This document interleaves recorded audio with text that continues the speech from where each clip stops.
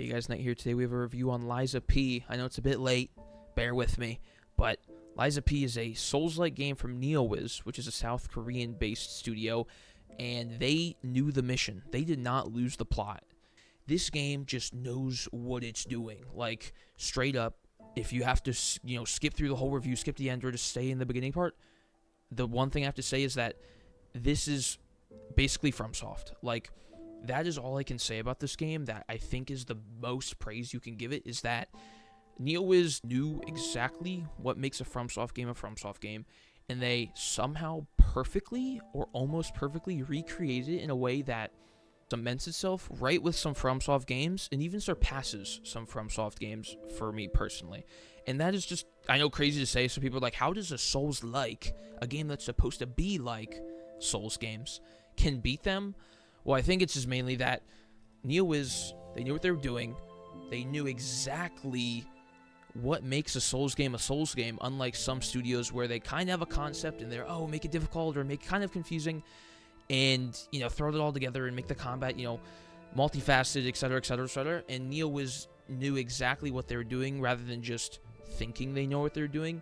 And that comes just straight up to the character abilities and how the bosses work and the level design. Dude, the level design in this game is, everything is so well done. Like, if you said From Software made this game and you told me, I'd be like, oh yeah, that makes sense. Like, it almost perfectly recreates it in a way that is new and fresh, but also when you're playing it, you're like, oh, hello, old friend. Like, I know what this is, which is just a wild thing, because for so long I feel there's games like Neo or Lords of the Fallen that just came out, or even other stuff that I can't remember right now, but they try to do things similar, and they do things similar, and they give it its own spin, but it never fully falls into the, like, Souls-like category perfectly, because it's not FromSoft, right? FromSoft phenomenally makes games and can make stories and convey emotion with characters and environment and everything, and Liza P also does that. The way they convey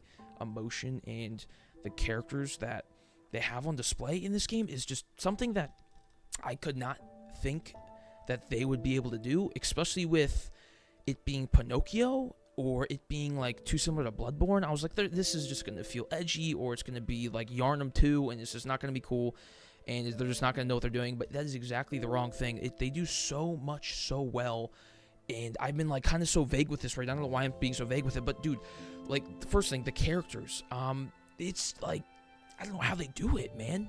They somehow made these characters, and they designed them well. They look really cool, and their voice acting is pretty alright as well. But they made these characters that you find throughout the game, and you recruit to the main area, the house, the hub. And they have these, like, side quests, and they have dialogue, just like, a Souls game. But they somehow develop them throughout the story, all the way up until the end, almost perfectly, that you, like, really do feel bad for them. And while you're doing it, you're like, oh shoot, maybe I could save them, or maybe there's something else I could do to change this, because, it's a Souls-like game, and there's always, other paths, other endings, other things you can do that can either save a character or end a character.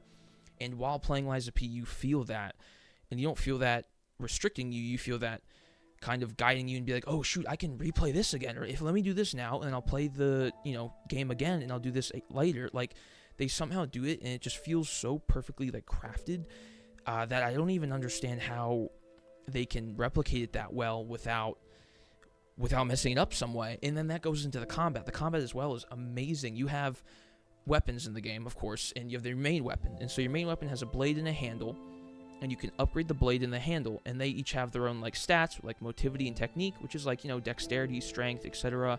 from Souls games.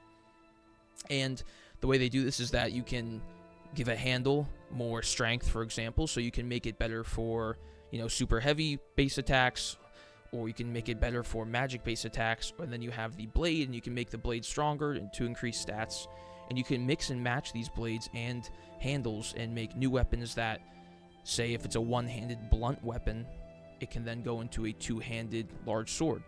And so this gives a lot of variety with combat. There's also weapons that you get from bosses that cannot really be customized. They can only be upgraded, which have their own, like, little special ability to it, as well as Fable Arts, which the Fable Arts are this blue bar on the top left, and it charges up, and each weapon has a different attack. I don't think there's a different attack for every single weapon or combination. I think there's like a set amount, and some blades have the same one, but I'm not sure. I stuck to about the same 5 weapons throughout the game, even with changing and upgrading things. And they all seem different in a certain way, so there's probably way more than 5, but just from the base of that, there's so much customization in that.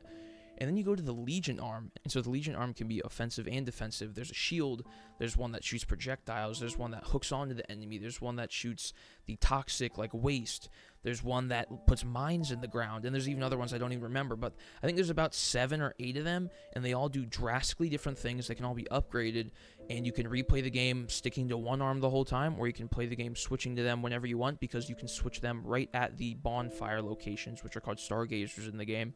And they don't limit you at all. They only make the gameplay deeper, and they make bosses maybe easier. They make enemies easier, or it makes exploration easier, or it just makes the game more fun. Like, there's so much things you can do with the game, especially with items that you can throw or items that you can use, which throwable items I don't ever really use in Souls games, but in this game I was going to use because they actually are practical, which is very surprising because that's just not what I'm used to. I usually hoard everything.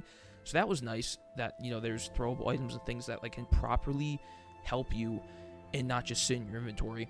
And along with that, you have, like, a skill tree, and you can go into the main hub, and you can use quartz to get upgrades, so you can have more health vials, or you can have more Fable art space, or you can have a longer stagger bar, or you can have more, like, basic health or basic stamina, or you can have more usages for certain items. There's a lot of stuff that I didn't even do, and this all kind of goes back to the replayability that this game has, and it's the same thing like a FromSoft game has. It has so much replayability, and even not more so, because FromSoft games replayability is, like, almost perfect in a certain way, but Lies of P basically hits that, and it goes into story, or it goes into gameplay, and you can mix and match so much of that, and you could get so much out of it, which is just wild that NeoWiz, like I said in the beginning, somehow managed to pull this off in a way that doesn't feel unauthentic or feel fake. It feels like they were, like, right next to the FromSoft devs and were like, hey, how do you do this? How do you do this? Can you do this for me?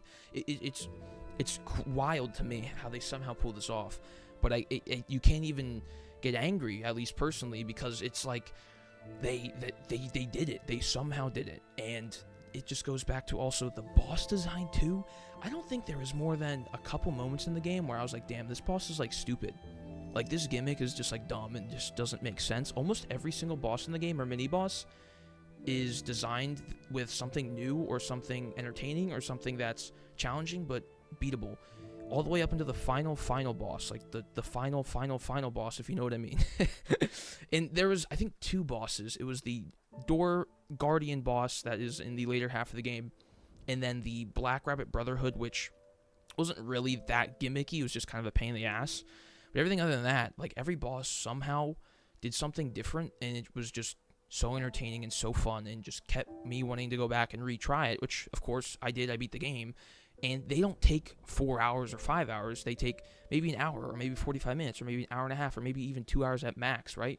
I think they're perfectly balanced in the game, that without having to grind or do any extra stuff, if you just, you know, play the game, look around, do your thing, you can fight the boss, take an hour, which is a perfect amount of time, I think, for a Souls-like game, and then you move on, and you're happy, and the story continues, and everything goes great. And they did that. Like, they somehow did that. I don't know how they did, but they did. And then that's, like, it's crazy to me, man. It's really crazy. And I can't stop praising the game. I can't stop telling people to buy it. I'm like, NeoWiz got to send me a press kit package here at this point, because I got multiple people who've bought the game because I'm telling them to. It really is that good, and I really think people should try it. They should play it on Game Pass or PlayStation or even Mac. It's on Mac, bro. If it's on Mac, you have literally no excuse. So, Lies of P, for me, it's almost a perfect game. The rewards for some quests, they give you just some ergo, which is like your souls, and that's kind of annoying. The payoff for the emotion and the story is, you know, a good reward, but it's always nice to get, you know, an exclusive item or something that can show you that you actually did that quest, or you fully fulfilled that side quest. And so, yeah, man, that's Lies of P. I think it's my second game of the year. One of the best games I've played this year. One of the best games I've probably played in the past couple years. You know, top 10, whatever. It's phenomenal. It deserves all the praise it's getting. It deserves more praise. I think that people should check it out and not write it off as a Souls-like copy or a crappy Souls-like game as some newer games are coming out and feel like. So play the game, check it out, please. Please, please, please. And yeah, hopefully you guys enjoyed the review, and I'll see you all later. Adios.